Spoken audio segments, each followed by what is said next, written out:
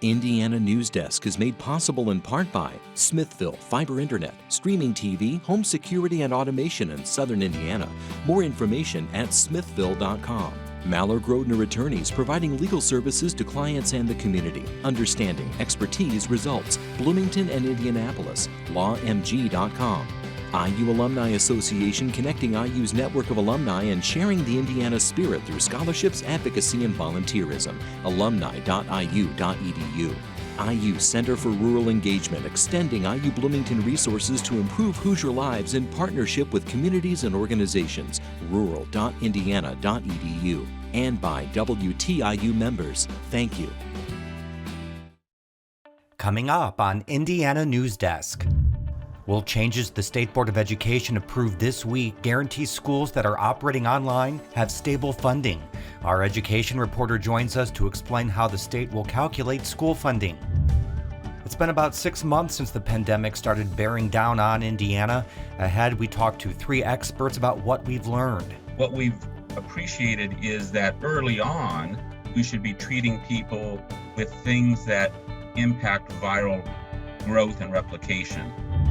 COVID is driving food insecurity to new highs. More people are in need and it's more difficult to get donations. We're not doing food drives right now, and our biggest of the year, the letter carriers food drive in May, was canceled. We're not picking up from restaurants with their leftover prepared food. Those stories, plus the latest news headlines from across the state, right now on Indiana Newsdesk.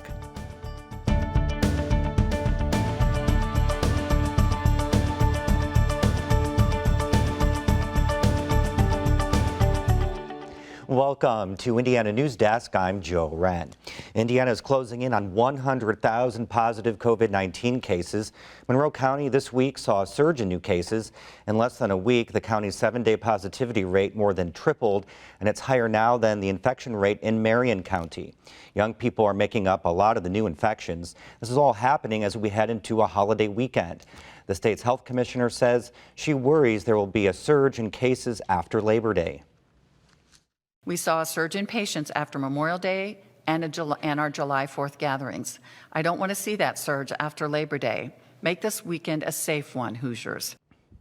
Indiana's 7-day average of new coronavirus infections dropped to about 350 a day in late June, but has generally topped 900 since early August. Hospitalizations have gone up by about 50% in the state during that time. At Indiana University, where classes have been in session for less than 2 weeks, more than 1,000 students are already quarantined. Indiana University is recommending all Greek houses close because of a surge in COVID-19 cases. But as Adam Pinsker tells us, there is little the university can do to force these houses to close. IU says cases of COVID-19 in fraternity and sorority houses has exceeded 50%, and the Monroe County Health Department quarantined 30 of the 40 houses. However, since IU does not own these houses, it cannot compel them to close. The houses are owned by housing corporations, and the parents and the students are paying rent to those corporations. Each fraternity house was supposed to come up with a safe living plan for COVID before the semester started. The fact that students who choose to live in these types of situations want to be social, and with shared bathrooms, shared living space, shared room, it doesn't appear that the plans that were put forward initially were enough to contain this. In a statement, the Interfraternity Council disagreed, saying it followed all of the health guidelines issued by the health department in the university. The council says forcing the students to live in Bloomington or go back home would cause the virus to spread even more. But IU Provost Lauren Rebel says Greek students will not be allowed to live in a quarantine residence hall set up for on-campus students because there's not enough space. We have, with the advice of public health experts, put together the amount of space that that best practices told us we needed for the number of students who are living in our residence halls. If a student is in quarantine or isolation, they can remain in their Greek houses until they are medically cleared. Rebel says none of the 2,600 fraternity and sorority students will be suspended for violating the university's COVID-19 safety policies. For Indiana Newsdesk, I'm Adam Pinsker. About 2,600 students live in the Greek houses or other forms of communal housing. Officials say testing has not found significant coronavirus spread among students living in residence halls or linked to classrooms on the 42,000 student campus. Well, schools operating virtually because of COVID-19 will be fully funded this fall.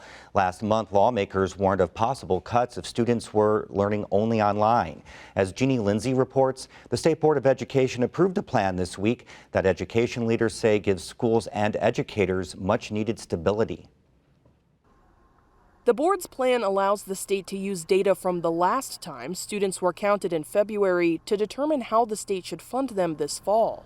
The change means schools will receive 100% of state funding for students learning remotely because of COVID-19 this fall. If a school and its students were virtual full-time before COVID, they'll only receive 85% of per-student funding per state law. So the carve-out really is to ensure that we are properly funding students that are virtual due to COVID, but we're being fiscally responsible and not funding true virtual students that would be virtual regardless of the pandemic. The action temporarily works around rules meant to dissuade schools from offering virtual instruction full-time, but state officials say they hope schools continue working to provide safe in-person instruction when possible. Education leaders say the next question is how lawmakers will approach state education funding during the legislative session that starts in January with significant revenue shortfalls caused by the pandemic.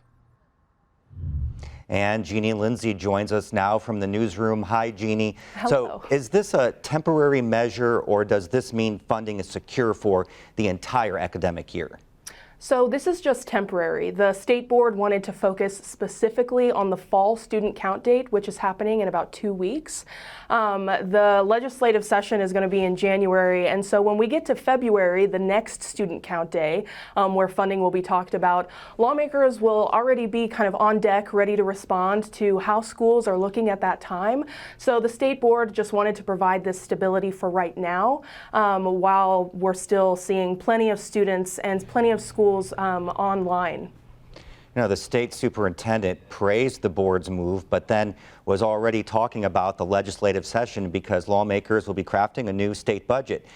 Didn't Governor Holcomb ensure schools that their funding would remain stable? Right. So Governor Holcomb was already talking about the current state budget. So when lawmakers come back in January, they'll be deciding the next 2 years of funding. And Indiana's already seeing revenue shortfalls because of the pandemic. So they'll have to figure out how much they're putting where with a lot tighter of a revenue pool than they would. So education funding will stay on track for now, but that next 2 years is a bigger question mark. And education advocates are hoping that they can still be making progress on things like teacher compensation that were going on before the pandemic. Okay, we just have about 30 seconds. Some school districts have been very honest and said, the reason they're either teaching in person or moving to that soon is because of funding. Do you think we'll see more schools moving online now that the funding issue isn't sort of an issue anymore? Well, funding is definitely one factor here, but so is COVID-19, right? So I think plenty of educators and plenty of schools want to be in person if it's safe to do so. But this funding change really gives schools a peace of mind depending on what their decisions are. So whether they're in person or virtual, they have some of that security for now. All right, Jeannie, thank you very much. Yeah. Indiana is evaluating how Hoosiers will be affected by the recent eviction moratorium issued by the Centers for Disease Control and Prevention. The federal moratorium is effective until the end of December.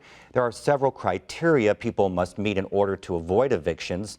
First, people have to at least apply for as much governmental assistance as possible. Second, the moratorium only applies to people who will make less than $99,000 this year. People also have to affirm they can't make a full rent payment because of loss of income. There could be a layoff, or there could be an extraordinary out-of-pocket medical expenses that the household may have experienced as well. The moratorium only applies if people are doing their best to make at least partial rent payments. And lastly, people can still get evicted unless they have nowhere else to go besides something like a homeless shelter. The repercussions of the coronavirus pandemic are huge and are making it impossible for some people to meet even their basic needs. The pandemic started as a public health crisis, and it has extended it to an economic crisis, a housing crisis, and a food crisis. With no end to the pandemic in sight, demand for social services remains high. As Adam Pinsker reports, overall, rates of food security have effectively doubled since the pandemic started. For Anthony Parker, growing up on Indianapolis' east side hasn't always been easy. It's been kind of rough growing up in this area, you know what I'm saying? No resources at all. A factory worker who lives paycheck to paycheck, Parker usually shops at Healthy Harvest Market, which opened late last year on 10th and Rural Streets. Owner Jonathan Lawler wanted to fill a neighborhood void in the lack of quality food at an affordable price. Our zucchini will be brought in this week. Although the nearest grocery chain store is only about 1.5 miles away, that's too far for some of Lawler's customers. It is if you have to walk, yeah. Or take a bus that has to make a roundabout. Leaving many residents in a food desert, meaning they have to travel several miles for access to healthy food. IUPUI's Community Information System, or SAVI, studied food deserts and found that 22% of Marion County residents were living in one. Researcher Unai Miguel Andreas says the study began in 2016, right before the grocery chain Marsh folded. Despite the loss of the Indiana-based grocer, Miguel Andreas found the number of grocery stores in the Indianapolis metro area stayed the same between 2016 and 2019 because new stores were clustered together in more affluent areas of town. Grocery stores, like any other businesses, are going to open where they're going to get the highest number of customers.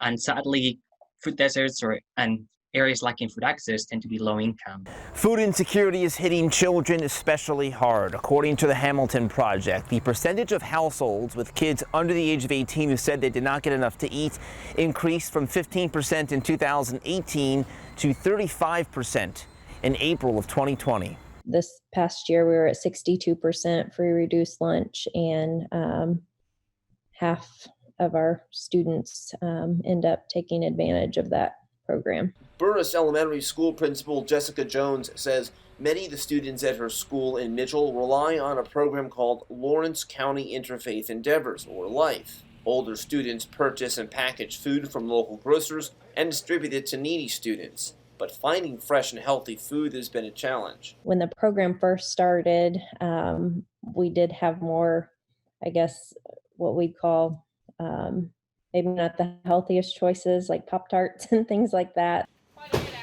Hoosier Hills Food Bank serves 6 South Central Indiana counties, including Lawrence and Monroe. Director Julio Alonso says his agency normally spends $100,000 a year on transportation costs and purchasing food, but as of July, that number was already at $750,000. He says it's the worst food crisis he's seen since the Great Recession more than a decade ago. People lost childcare, had to stay home, school meals weren't available. Alonso says to make matters worse, many of his volunteers are staying home because of the pandemic. We're not doing food drives right now, and our biggest of the year, the letter carriers food drive in May, was canceled. We're not picking up from restaurants with their leftover prepared food. Alonso says the Indiana National Guard has stepped in to help distribute food to partner agencies. Are you selling a bunch of those too? Back in Indy, Jonathan Lawler says he wants to open up another Healthy Harvest Market in an underserved community. And rather than buying from a warehouse, he plans to use his sprawling farm in Hancock County as a source for most of his food. Our farm has given away almost 3 million pounds of produce in the last 4 years, going to food banks, community centers. Parker says he has a theory as to why larger grocery stores may be hesitant to expand into lower income communities. Because they're scared of the people. I mean, I don't understand when all of a sudden we become scared of people. You know what I'm saying? There's always been people around, so how are you going to be scared of another person? For Indiana Newsdesk, I'm Adam Pinsker. 1 in 5 small businesses in Indiana will have to permanently close by November without another round of federal loans.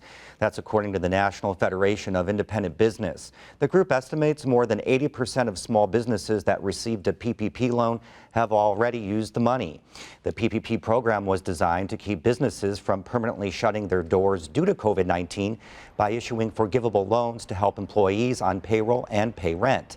The Independent Business Group wants to see additional funding and more effort to get it to the mom and pop stores.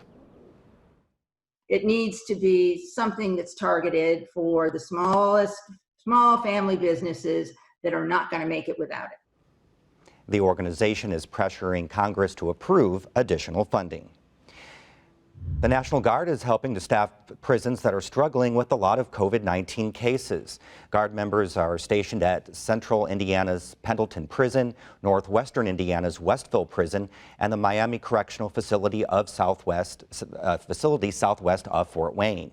All of those facilities are experiencing staffing shortages after several prison workers were stricken with COVID-19. Prisons are battling not just cases among staff, but also inmates. New data from the Federal Correctional Complex in Terre Haute shows more than 100 inmates there currently have COVID-19.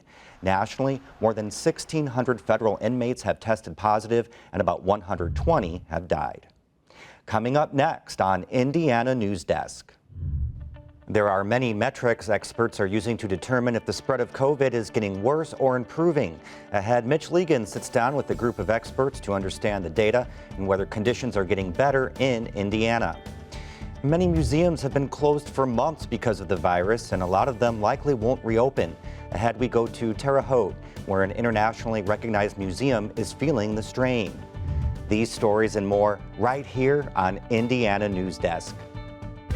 The WTIU WFIU news team connects Indiana to the world. We bring you the top news of the day on radio, TV, and online. We round up the stories that have people talking each week and dig deep into the issues that affect your community the most. The WTIU WFIU news team is where you are and telling your story.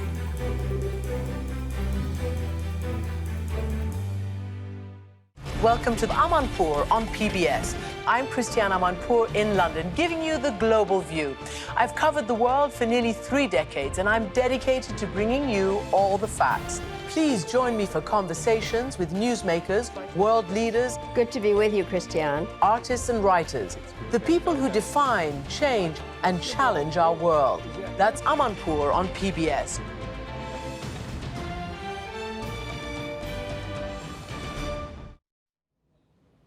Welcome back to Indiana Newsdesk. As COVID-19 continues making its way through the United States, the virus's case fatality rate seems to be flattening and dropped to 3% September 1st. Reporter Mitch Legan got together with a group of local experts, including Indiana University epidemiologist Anna Bento and IU Health infectious disease doctor Tom Hrasmalis for a Zoom conversation on what that means and why that is, and what we've learned about the coronavirus.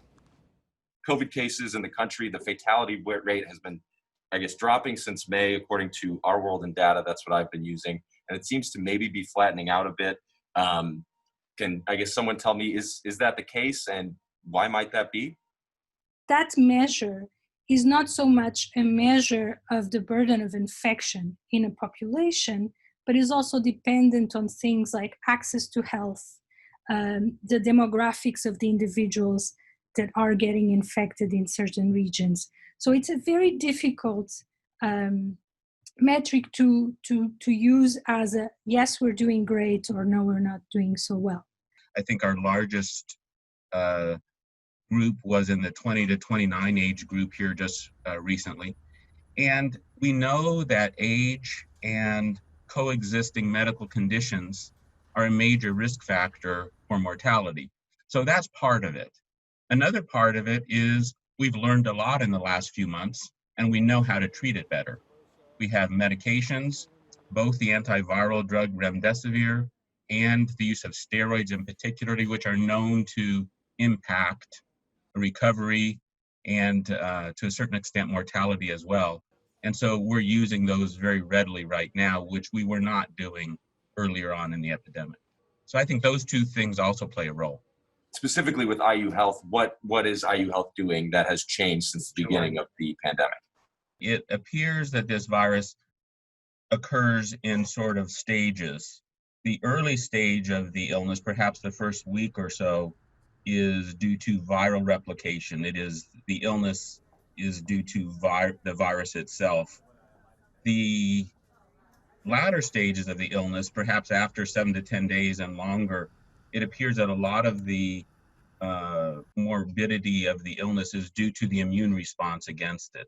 It's an immune-mediated issue. And so what we've appreciated is that early on, we should be treating people with things that impact viral growth and replication. So that's an antiviral drug like remdesivir. We're trying to start that as soon as possible when people are admitted to the hospital and are hypoxic. Later on, what we found is that steroid medications, anti-inflammatory steroids, and other anti-inflammatory drugs which we're experimenting with moderate the inflammatory components and may help prevent people from having respiratory failure and may thereby prevent deaths. We've seen it kind of go from the coast to the Midwest, and now in Bloomington, we've got a university here. As we've talked about before, we've invited, tens of thousands of students to come back. Do we have concerns that, Monroe County could become a hotspot with this? Short answer, yes. And I say this with a smile, not trying to be psychopathic. Yes, because it's emphatic, right? Because the university is not walled, communities are porous, communities interact. And one of the things that is concerning particularly is that areas like Bloomington, who were seemingly not as affected as other areas, the other side of the coin is that possibly means that most of the population is in fact naive. What I mean by naive is susceptible still, right?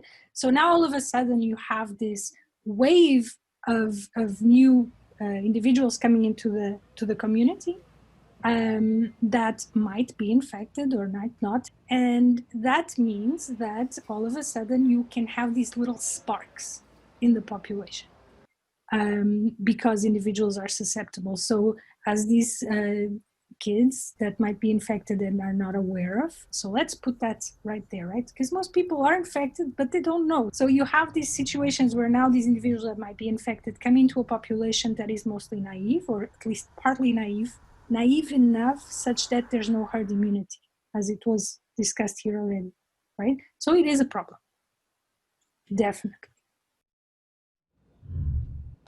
The Indiana University School of Medicine is looking for volunteers to participate in its COVID-19 vaccine study. The school needs about 1,500 volunteers to participate in this late-stage clinical trial.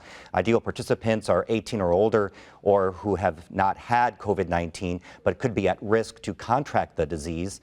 The medical school is one of 81 sites in the U.S. and the only one in Indiana chosen to test the vaccine developed by British drug maker AstraZeneca. The vaccine is one of 3 in the U.S. in the final stage of study before Food and Drug Administration approval for widespread use. Researchers say it's still unclear when a COVID-19 vaccine will be available to the general public or if the vaccine they are testing will even be effective. Well, across the country, museums are struggling with lower revenue and foot traffic due to the pandemic. Research done by the International Council of Museums and United Nations Educational, Scientific, and Cultural Organization says nearly 90% of the world's museums were forced to close because of COVID-19. The study says 13% of those museums may never reopen. Benta Boutier reports how one museum close to home has felt the strain. The Candles Holocaust Museum in Terre Haute shut down due to COVID-19 for 13 weeks because of the pandemic and state health order. Now, the museum has reopened on a restricted schedule, letting the public in for 3 days a week. Leah Simpson is the director of the Candles Museum. She says along with COVID-19, the museum faces an added challenge: coping with the death of its founder, Holocaust survivor Eva Kor, who died in July 2019. That kind of made teachers and field trips step back to see, what we were going to be able to offer. And we were just kind of rebounding from that in January and really rebuilding our field trips. And then COVID hit. She says while the doors were closed, the museum adapted by holding more virtual educational events. Recently, the museum started a virtual speaker series called Be the Change. In a way, it's kind of fun in that we do get to reach people outside of Terre Haute, but there's something lost when you can't sit and have a conversation and ask a question too. Though the museum is open to the public again, Simpson says because of Eva's death, attendance will never be the same. She says on the days they're open now, an average of about 17 people come in. At the height of field trip season, the museum used to have groups of 150 students visit 2 or 3 days a week. Operating under current circumstances is not sustainable, Simpson says. But staff members feel the museum's mission to spread a message of hope, healing, respect, and forgiveness is needed now more than ever. And they want to keep operating a few days a week to stay connected with the public. We are in the middle of all sorts of social unrest issues, and we really talk about how to empower the individual, how to forgive your worst enemy, and how to see the goodness in other people. And so I think our mission is still very much important and very much needed. Simpson says she's been in contact with directors of 5 other local museums who are experiencing similar challenges, and it's important that they all work together as a united front. For Indiana Newsdesk, I'm Benta Boutier. That's the end of this program, but our work continues online as we cover the news throughout the week at WTIUnews.org. Have a great weekend. Indiana Newsdesk is made possible in part by Smithville Fiber Internet, streaming TV, home security and automation in Southern Indiana. More information at smithville.com. Mallard Grodner Attorneys, providing legal services to clients and the community. Understanding, expertise, results. Bloomington and Indianapolis. LawMG.com. IU Alumni Association, connecting IU's network of alumni and sharing the Indiana spirit through scholarships, advocacy, and volunteerism. Alumni.iu.edu. IU Center for Rural Engagement, extending IU Bloomington resources to improve Hoosier lives in partnership with communities and organizations. Rural.indiana.edu. And by WTIU members. Thank you.